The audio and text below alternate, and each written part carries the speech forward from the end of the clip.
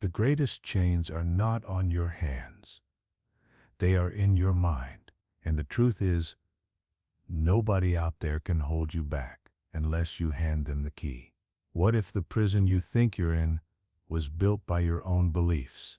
Carl Jung believed that at the core of every human being there is something deeper than what the world can see. He called it the self. It's not just the image you show to others, not the mask you wear at work, not the personality you've built to fit in. It's the deeper, unshakable part of you that holds your true strength. This self cannot be destroyed by rejection, by failure, or by the opinions of people who don't understand you. It's the quiet voice that keeps speaking inside, even when the world tries to silence you. Think about it. How many times have you gone through something that should have broken you? Maybe it was betrayal. Maybe it was failure. Maybe it was being told you're not enough. And yet here you are still standing. That alone proves something powerful. The world can bend you, it can push you down, it can even leave scars. But there is a part of you that refuses to die out. That part is what Jung was pointing to. The self is like the root system of a great tree. A storm may rip branches apart, lightning may scar the bark, winds may bend the trunk, but the roots buried deep in the unseen soil decide if the tree rises again. And just like that tree, your inner power doesn't depend on how perfect your surface looks. It depends on how deeply you are rooted within yourself. External obstacles are loud. People will doubt you, some will laugh at you, others will try to make you feel small. Failures sting, rejection hurts, and disappointment can feel like a heavy chain around your neck. But here's the truth, none of these things actually touch the self. They touch your ego, they touch your image, they touch the fragile surface you've built, but the self, the real you, sits below all of that, untouched and waiting. When you begin to understand this, life changes. You stop being so easily shaken by what happens outside. You start realizing that power doesn't come from approval, it doesn't come from applause, it doesn't come from everything going your way. Power comes from alignment with that deeper self, and once you're aligned, you can face rejection and not crumble. You can face failure and still move forward. You can face people who try to stop you and recognize that their power over you is only as strong as the permission you give them. This is why some people seem unshakable, even in chaos. It's not because life treats them better.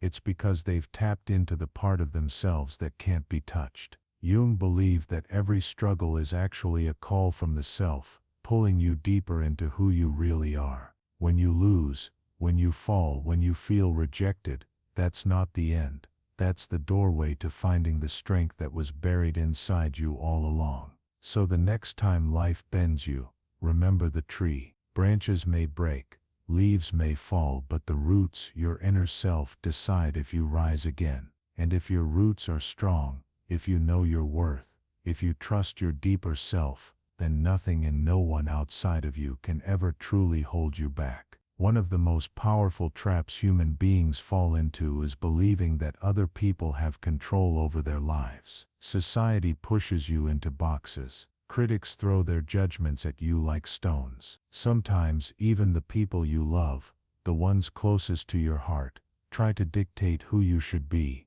what path you should take, and how far you are allowed to go. And if you are not careful, you start to believe them. You start to think that your destiny lies in their hands. But Carl Jung taught us something different. The control others seem to have is nothing more than an illusion. People don't actually see you for who you are. They see their own fears, their own insecurities, their own unhealed wounds, and they project them onto you. Jung explained that projection is like casting a shadow. When someone tells you that you'll never succeed, what they're really showing you is their own fear of failure.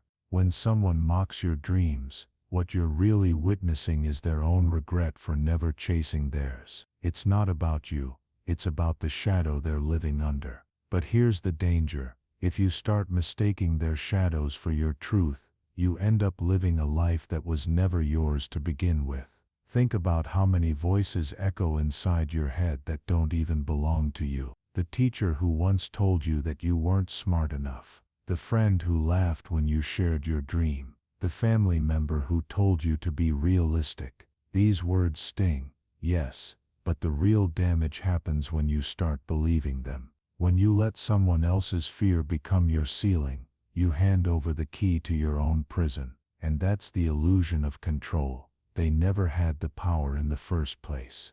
You gave it to them by accepting their words as truth. But the truth is, words are only sound. They carry meaning only if you breathe life into them. When someone calls you a failure, you get to decide, will this define me, or will I use it as fuel? When someone tells you it's impossible, you get to ask yourself, is it their limit or mine? Jung believed that the self, the deep core of who you are, is untouchable. That means no projection, no criticism, no judgment can actually reach it unless you invite it in. This is why it's so important to step back and recognize the difference between shadows and reality. Shadows look real, but they're just distortions. A child may see a monster on the wall, but it's only the shadow of a chair. In the same way, when someone tells you you're not good enough, it feels heavy, it feels sharp, it feels real, but it's just a projection, a shadow of their own story, not yours. So the next time someone tries to shrink you, pause and ask yourself, whose shadow is this? Does it belong to me or to them? You'll find that the weight you've been carrying was never really yours. And once you see through the illusion, you take your power back. Because here's the truth, people will always have opinions. They will always have judgments. Their words may sting for a moment, but only you decide if those words become your truth. And once you stop letting shadows dictate your path,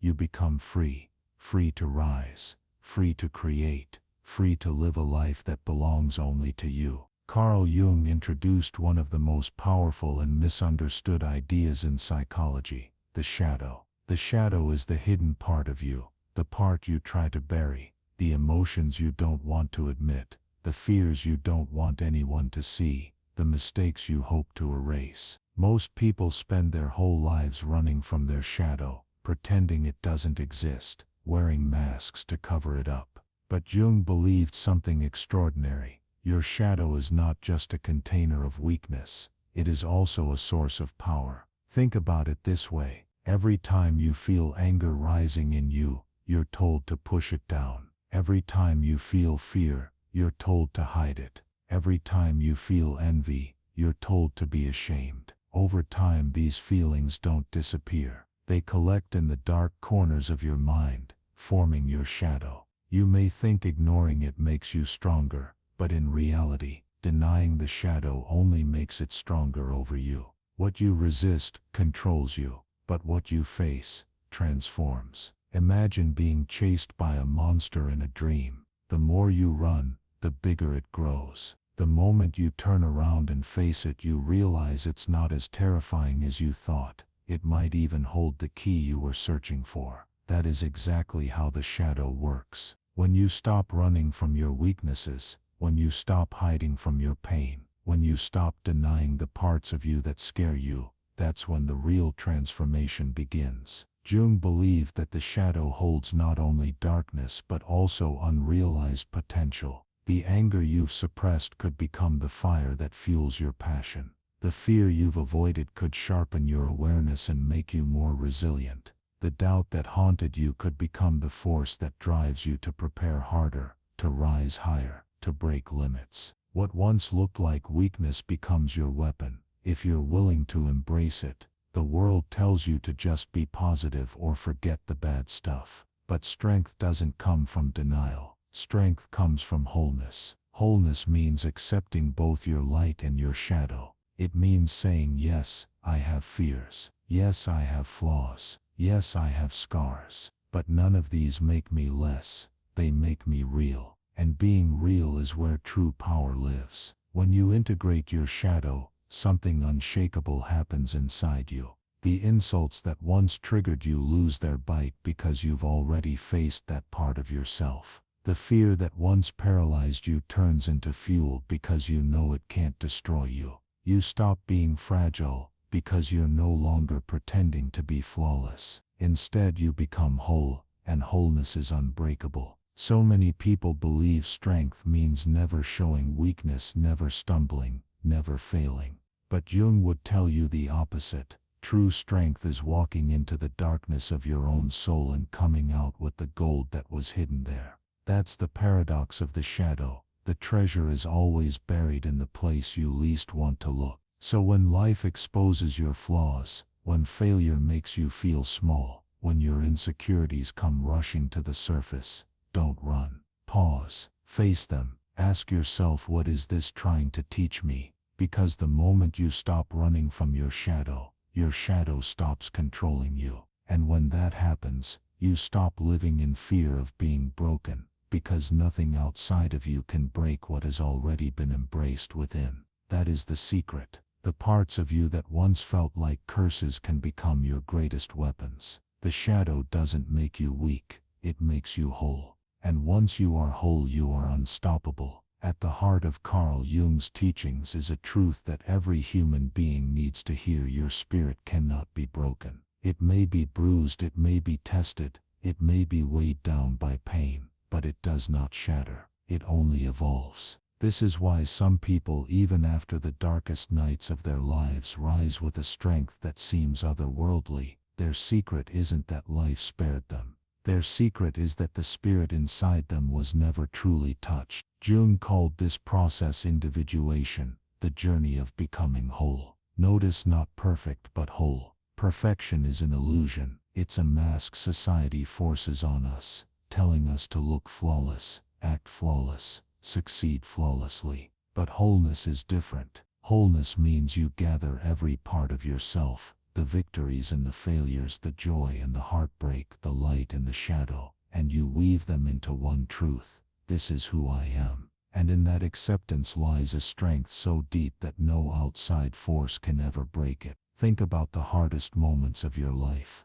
the times you thought, this is it, I can't go on. Yet here you are, listening, breathing, living. That means the spirit inside you didn't end, it transformed. Every heartbreak that shattered you wasn't a wall stopping you, it was a mirror showing you what you value, who you are, and what you refuse to lose again. Every failure you thought destroyed you was not the end, but a signpost redirecting you to something truer. These moments didn't ruin you, they revealed you. That is the power of the indestructible spirit. It turns pain into wisdom. It turns loss into clarity. It turns obstacles into pathways. And once you understand this, life stops feeling like a series of punishments and starts feeling like a series of initiations, each one shaping you into a stronger, fuller version of yourself. Jung believed that the human spirit is on a lifelong journey to return to its deepest self. Along the way, we are broken open, not broken down. We shed illusions, we lose what we thought defined us, and in that loss we discover something unshakable. It's not about becoming untouchable, it's about realizing that even when you are touched by pain, you still rise. Even when you are scarred, you still move. Even when the world doubts you, you still breathe.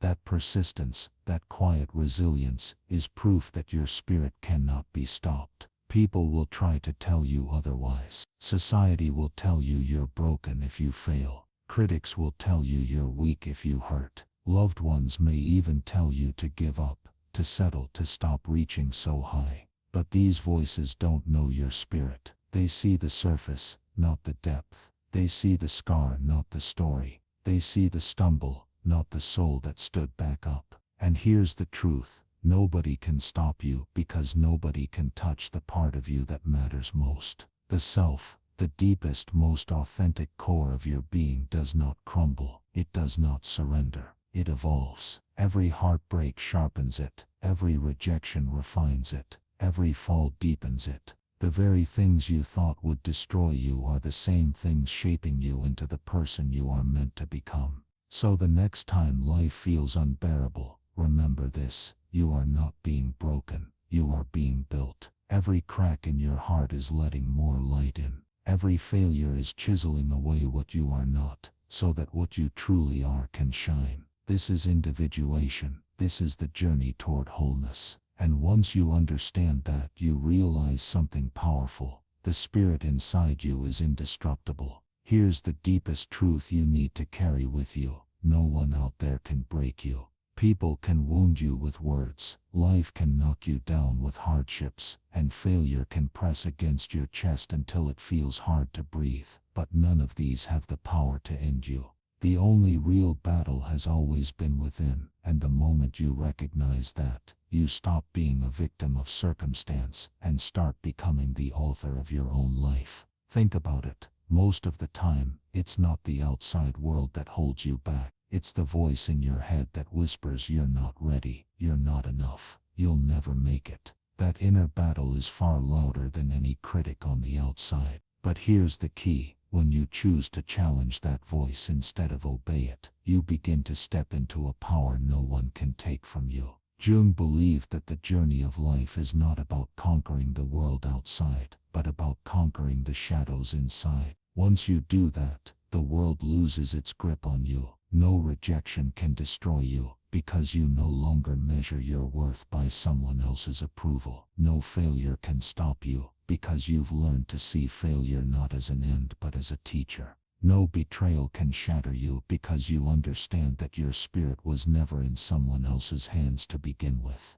Every time you win the inner battle, by choosing faith over fear, growth over comfort, truth over illusion, you become unstoppable. The world is full of people who look strong on the outside but are fragile within. One setback and they collapse. But then there are those who may bend, may stumble, may cry, but they always rise. That kind of strength doesn't come from avoiding pain. It comes from facing it and saying, "You don't own me, I decide who I am." And that's the essence of becoming unstoppable. Jung taught that wholeness, not perfection, is the true goal of life. Wholeness means accepting your flaws, your past, your darkness, and still saying yes to yourself. It means standing in your truth so firmly that nothing outside can shake your foundation. When you stop fighting yourself, when you stop hiding from your own shadow, when you embrace every part of who you are, you win the only battle that ever mattered. And from that place, no external force can touch you.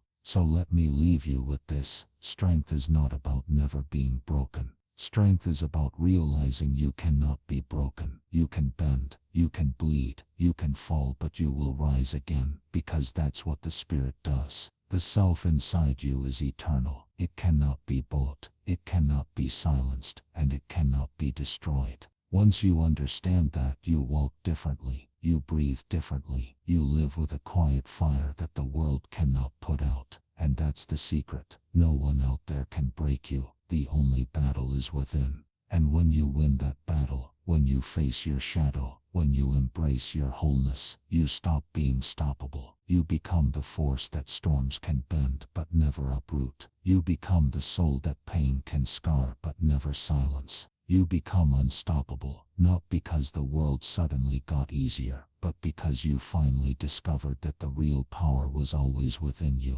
No one out there can break you. The only battle is within. And when you win that, you become unstoppable. Now I want to hear from you. What's one thing you refuse to let stop you anymore? Drop it in the comments, because your words might inspire someone else today. And if you felt this message, subscribe now, because this is just the beginning of your awakening.